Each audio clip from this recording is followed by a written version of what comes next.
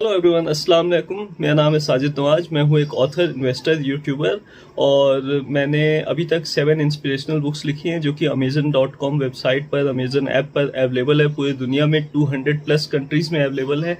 आप मेरी book, self help books जो है, इंस्पिरेशनल बुक्स जो हैं, उन्हें कभी भी खरीद कर पढ़ सकते हैं। आपको बहुत अच्छा लगेगा। लाइफ के सभी एस्पेक्ट्स को इम्प्रूव करने के ऊपर मैंने बुक्स लिखी हैं। और वैसे ये था मेरा बेसिक इंट्रोडक्शन। अब आपको एक बात बता दें कि आज से कुछ दिनों पहले मुझे एक कमेंट आया था जिसमें कि हलाल इन्वेस्टमेंट के ऊपर वीडियो बनाने को कहा गया था। तो मैंने कुछ ही घंटों में अच्छे से रिसर्च करके, थॉरो रिसर्च करके हलाल इन्वेस्टमेंट के ऊपर एक अच्छा वीडियो बनाया जिस पे अराउंड 75 व्यूज़ आए। और अभी एक और नेक्स्ट कमेंट आया है मेरे पास कि हलाल इन्वेस्टमेंट से रिलेटेड एक और वीडियो बनाइए कि क्या स्टॉक मार्केट में इन्वेस्ट करना हराम है या हलाल है। मतलब क्या इस्लाम के हिसाब से स्टॉक मार्केट में इन्वेस्ट करना क्या परमिशन है या नहीं है। बेसिकली लोग मोटा मोटी ये जानना चाह रहे हैं। तो सच कहूँ तो ये कुछ शर्तों के साथ हलाल है, हराम नहीं है।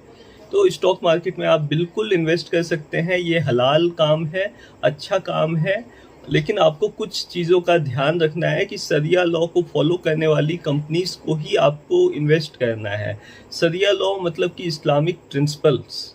जिन कंपनीज की बिजनेस एक्टिविटीज़ जो हैं वो इस्लामिक प्रिंसिपल्स के अकॉर्डिंग हो रही हो, वो उन कंपनीज में आप इन्वेस्ट कर सकते हैं। तो किन कंपनीज में आपको इन्वेस्ट करना है वो तो लिस्ट बनाना बहुत मुश्किल काम है क्योंकि हंड्रेड्स ऑफ कंपनीज है। इसलिए मैंने कैटेगरी वाइज कंपनीज का लिस्ट तैयार किया अपने पुराने वीडियो में और सारे डिटेल्स आपको मैंने बता दिए। उस वीडियो को अगर आपको सर्च करना हो तो आपको यूट्यूब पे बस इतना लिखना है, हलाल इन्वेस्टमेंट बाय साजिद नवाज 125, तो आपको वो वीडियो दिख जाएगा।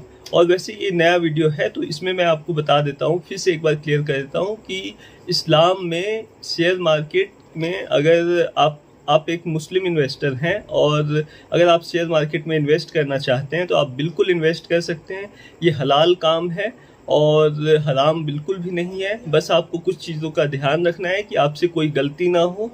तो इसमें क्या होता है, शेयर मार्केट में बेसिकली होता ये है कि बड़ी बड़ी कंपनीज होती हैं, छोटी बड़ी सभी कंपनीज होती हैं, उनके करोड़ों अरबों हिस्से होते हैं हर एक कंपनीज के।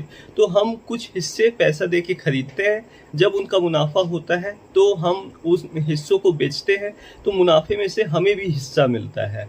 तो अगर कंपनी का शेयर प्राइस बढ़ता है तो हमारा भी प्रॉफिट होता है, और कंपनी का शेयर प्राइस अगर डाउन होता है तो हमारा लॉस होता है। बेसिकली इतना है। लेकिन अगर आप ये सोच लें कि जब प्रॉफिट होगा तभी आप अपने स्टॉक्स को बेचेंगे तो फिर आपका कभी लॉस नहीं होगा। जैसे कि मैं फॉलो करता हूँ ये प्रिंसिपल कि भले ही कितना भी इंतज़ार करना पड़े, लेकिन जब प्रॉफिट होगा तभी हम स्टॉक्स को बेचेंगे। तो और कोशिश कीजिए कि कम से कम 5% का मार्जिन रखिए। कोई भी स्टॉक, कोई भी कंपनी को बेचने के लिए अगर आप मिनिमम 5% का मार्जिन रखते हैं कि सारे चार्जेस, ब्रोकरेज चार्जेस और बाकी जो ट्रांजैक्शन चार्जेस लगते हैं वो सब इंक्लूड करके एटलीस्ट 5% ग्रोथ अगर कंपनी दिखाती है तो फिर आप उसमें मतलब 5% गेन दिखाती है तब आप सेल करेंगे। अगर आप ऐसा सोच लें तो आपका बहुत अच्छा प्रॉफिट हो जाएगा, क्योंकि अगर आप बैंक में पैसा रखते हैं तो आपको सिर्फ 2 से 3% ही मिलेगा दोस्तों, और साल का वो भी। और अगर आप फिक्स डिपॉजिट करते हैं तो 4 से 5% मिलेगा साल का। लेकिन आप स्टॉक मार्केट में लगाते हैं पैसा, तो मान लीजिए आपने 1 लाख रुपए लिए, उसको आपने इन्वेस्ट किया, 1 महीने 2 महीने आपने इन्वेस्ट करके रखा, और उतना में अगर आपका स्टॉक जो है 5-10% बढ़ जाता है तो 1 लाख का 5-10% यानी 5-10 हज़ार रुपये की आपकी कमाई हो गई। तो अगर स्टॉक नीचे जा रहा है तो आपको नहीं खरीदना है। अगर स्टॉक नीचे जा रहा है तो आपको नहीं बेचना है। आप खरीद सकते हैं। स्टॉक अगर ज़्यादा नीचे जा रहा है तब आप खरीद सकते हैं ताकि एवरेजिंग हो सके प्राइस का। स्टॉक थोड़ा सा अगर नीचे जाए आपके खरीदे हुए प्राइस से तो आपको नहीं खरीदना है। इस बात का हमेशा ध्यान रखें। स्टॉक अगर ज़्यादा नीचे जा रहा है तो फिर आप कुछ क्वांटिटीज और ऐड कर सकते हैं जिससे कि आपका पुराना प्राइस से एवरेजिंग हो जाएगा और आपका लॉस मिनिमाइज हो जाएगा। ये चीज़ आप कर सकते हैं। दूसरा चीज़ अगर बताऊं तो स्टॉक मार्केट में इन्वेस्ट करना हलाल काम है, अच्छा काम है, ये तो मैंने बता दिया। अब किन शर्तों को फॉलो करना ज़रूरी है? तो शर्त ये है कि वो कंपनीज में हमें इन्वेस्ट नहीं करना है जो कंपनीज गलत कामों में हैं। जैसे कि गलत काम मतलब कि क्या? गलत काम मतलब कि जो इस्लामिक प्रिंसिपल्स के हिसाब से नहीं है, जो शरिया लॉ के हिसाब से नहीं है। तो एक मुस्लिम इन्वेस्टर इन कंपनीज में इन्वेस्ट नहीं कर सकता।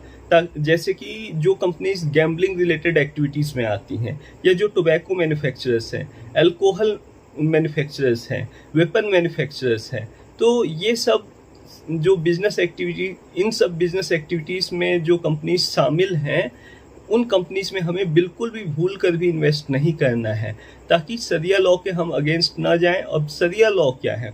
तो शरिया लॉ जो है अकॉर्डिंग टू इस्लामिक प्रिंसिपल्स कहेंगे। तो हमें अपनी ज़िंदगी हमेशा इस्लामिक प्रिंसिपल्स के अकॉर्डिंग जीनी चाहिए, हर एक मुस्लिम को। तो इसे ही कहते हैं कि एक अच्छा मुसलमान होना, कि जो कि मतलब इस्लाम को पूरी तरह से फॉलो करे। तो सिर्फ पैसा कमाना ही सब कुछ नहीं होता है दोस्तों, इस्लाम को फॉलो करते हुए पैसा कमाइए। इस्लाम ने बहुत जगह छूट दे रखी है कि हाँ आप ये काम कर सकते हैं, वो काम कर सकते हैं। तो आप हलाल कमाई करने की कोशिश कीजिए, हराम कमाई के चक्कर में मत पड़िए। आप गलत तरीके से खूब ज़्यादा पैसा कमा लेंगे तो आप चाहे कितने भी अमीर कहलाएंगे दुनिया में, लेकिन आपकी आखिरत बिगड़ सकती है। इसलिए अच्छे कामों में इन्वेस्ट करें, अच्छे कामों को करें और अच्छी कंपनीज में इन्वेस्ट करें। अब अच्छी कंपनीज कौन सी हैं? पहले तो आपको ये पेपर दिखा देता हूँ। ये देखिए, ये मेरा रिसर्च है जो मैंने थोड़ा रिसर्च किया है, ताकि अच्छे से आपको बता सकूं हलाल इन्वेस्टमेंट कंपनीज के बारे में। और एक टिक लगा देते हैं, हलाल और हराम वाला क्वेश्चन का आंसर हो चुका है। थोड़ा रिसर्च किया हूँ, वो भी हो चुका है। हलाल इन्वेस्टमेंट कंपनीज के बारे में भी आपको बताना बाकी है। हलाल स्टॉक्स जो है वो हंड्रेड्स ऑफ कंपनीज हैं जो कि हलाल स्टॉक्स में आते हैं। अब हम आते हैं गुड कैटेगरी ऑफ स्टॉक्स कैसे सिलेक्ट करें। तो आपके पास एक ऑप्शन है, अब सोचिए क्या ऑप्शन है। निफ्टी 50 सरिया इंडेक्स। इसको अगर आप गूगल पे सर्च करते हैं तो आपको सरिया प्रिंसिपल के अकॉर्डिंग काम करने वाली कंपनीज का लिस्ट आराम से मिल जाएगा, जिसमें कि आपको बिना किसी रिस्क का, बिना किसी डर का आप इन्वेस्ट कर सकते हैं कि आपसे कोई गलती तो नहीं हो रही है। बहुत लोग ये सोचते हैं कि कहीं उनसे कोई गलती ना हो जाए, इसलिए वो इन्वेस्ट ही नहीं करते हैं स्टॉक मार्केट में। वो सोच लेते हैं कि अरे स्टॉक मार्केट हराम चीज़ है, उसमें करना ही नहीं है हमको। लेकिन स्टॉक मार्केट हराम नहीं है, स्टॉक मार्केट हलाल कमाई का बहुत बेहतरीन ज़रिया है, लेकिन इसमें कुछ शर्तों को मानना ज़रूरी है। जो शर्त मैंने बताया, अकॉर्डिंग टू इस्लामिक प्रिंसिपल्स जिन कंपनी के बिजनेस एक्टिविटीज़ हैं उन कंपनीज में आप इन्वेस्ट कर सकते हैं। अब हम आ जाते हैं कि किन कंपनीज में हमें इन्वेस्ट करना है। तो मैंने लॉट्स ऑफ रिसर्च किया, बहुत ज़्यादा रिसर्च किया, और फिर कुछ कैटेगरीज, 12 से 16 कैटेगरीज मैंने कंपनीज के सिलेक्ट किए हैं जो कि आपको बताने जा रहा हूँ। इन कैटेगरी की कंपनीज में आप बेफिक्र होकर इन्वेस्ट कर सकते हैं, आपसे कोई गुनाह नहीं होगा। तो पहले आता है मेडिसिन कंपनीज। और वैसे एक बात बता दूं कि कोई भी स्टॉक आप खरीदते हैं तो उसमें थोड़ा बहुत रिस्क ज़रूर रहता है कि स्टॉक ऊपर भी जा सकता है, नीचे भी जा सकता है। तो अपना रिसर्च खुद करें कि कौन सी कंपनी ने अच्छा रिटर्न्स दिया है, अच्छा रिजल्ट, फाइनेंशियल रिजल्ट किस कंपनी का अच्छा आया है और किस कंपनी ने अच्छा रिटर्न दिया है past 1 month, 3 month, 6 month, 1 year में। और फिर कंपनीज का सिलेक्शन करें, अच्छे से अपना रिसर्च खुद करें। और किसी और के कहने पे कि ये कंपनी बढ़ जाएगी तो यहाँ पैसा लगा दो, वहाँ लगा दो, ऐसे बातों में बिल्कुल भी ना आइए।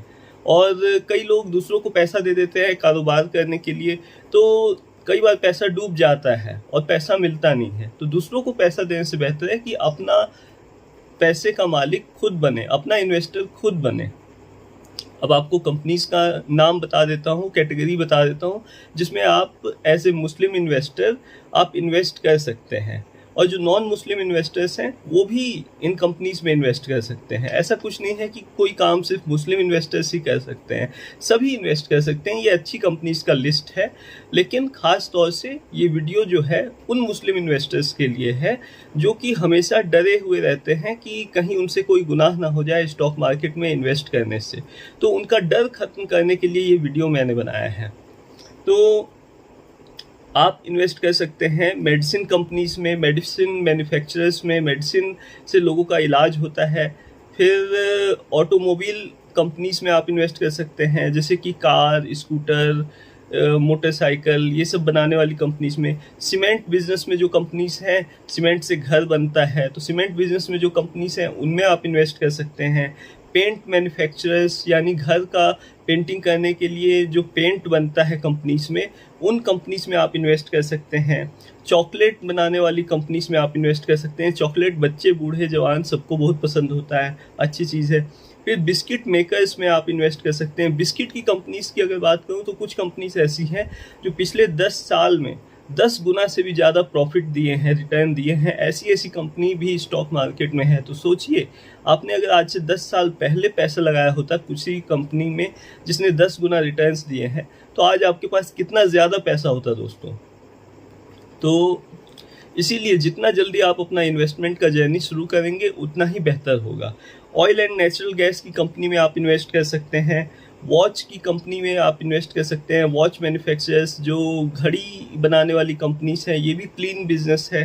फिर टेक्नोलॉजी कंपनीज में आप इन्वेस्ट कर सकते हैं। टेक्नोलॉजी कंपनीज बहुत सारी हैं दोस्तों, तो कितनों के नाम मैं गिनाऊंगा, उससे अच्छा एक कैटेगरी ही बोल देना बेहतर है कि टेक्नोलॉजी कंपनीज में आप इन्वेस्ट कर सकते हैं। फिर हॉस्पिटल कंपनीज में आप इन्वेस्ट कर सकते हैं, हॉस्पिटल्स में इन्वेस्ट कर सकते हैं।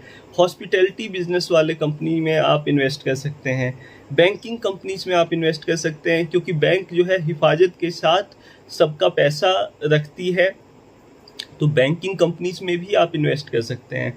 कोल बिजनेस वाले कंपनी में आप, कोल मैन्युफैक्चरर्स वाली कंपनी में, कोल का जो बिजनेस करती हैं कंपनीज, उनमें इन्वेस्ट कर सकते हैं।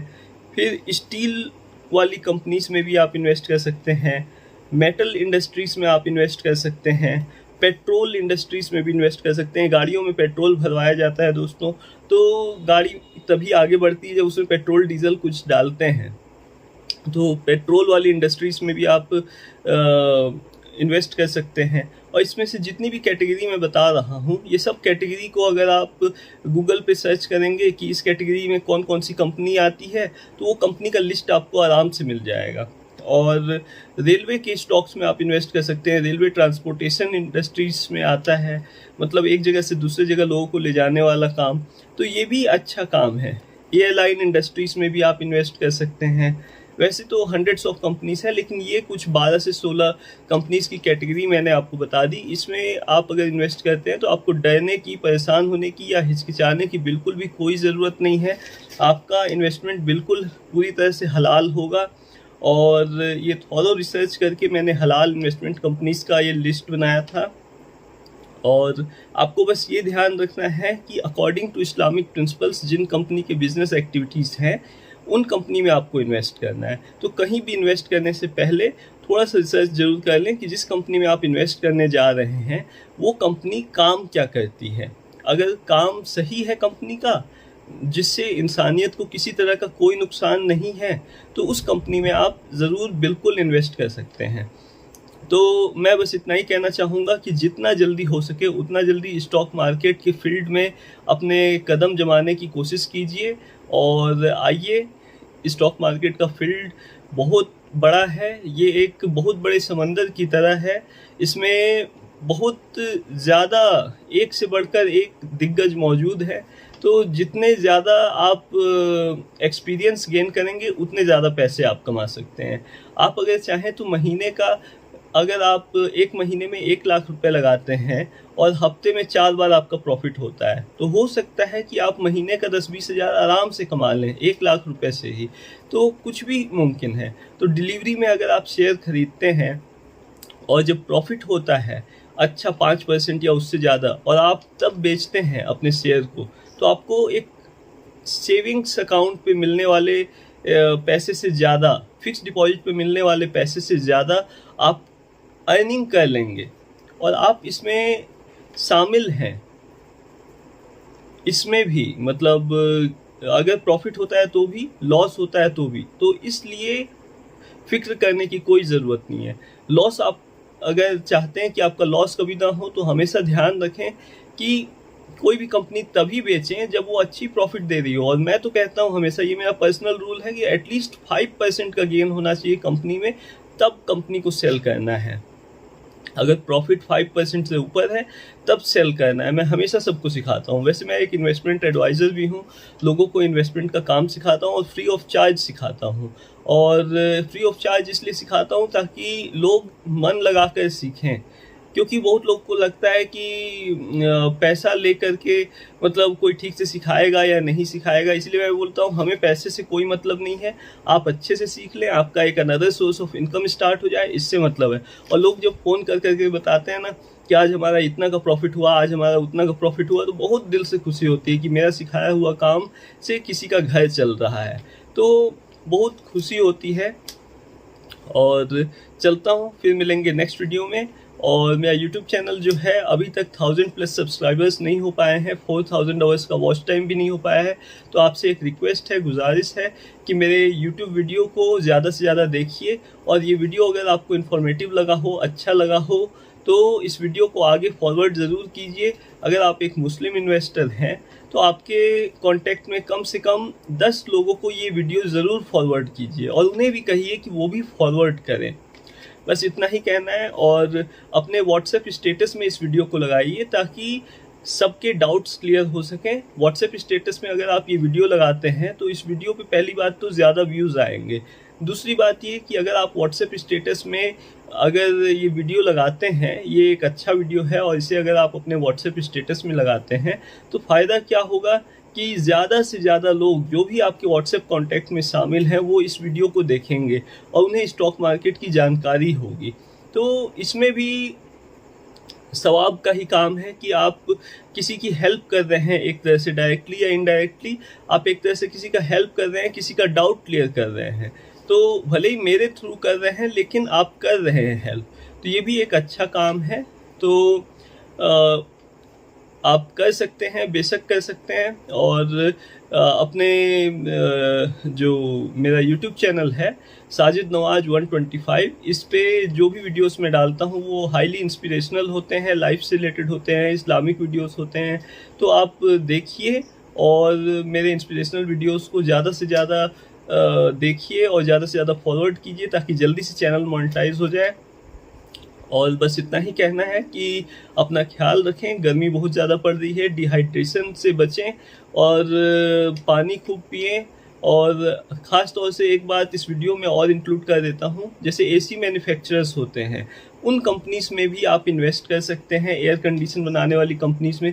लेकिन गर्मियों के दिन में एसी जो है लोग क्या करते हैं कि रात रात भर चलाते रहते हैं, तो रात रात भर एसी मत चलाएं और रूम एक बार ठंडा हो जाए तो बंद कर दें। अगर आप सोने जा रहे हैं और तब एसी चला रहे हैं तो टाइमर सेट करके एसी चलाएं ताकि एसी ओवरलोड होकर फटे नहीं, क्योंकि ऐसे बहुत सारे इंसिडेंट्स हो रहे हैं जिसमें कि लोगों के घर जल जा रहे हैं, लोगों की जान मुश्किल से बचाई जा रही है।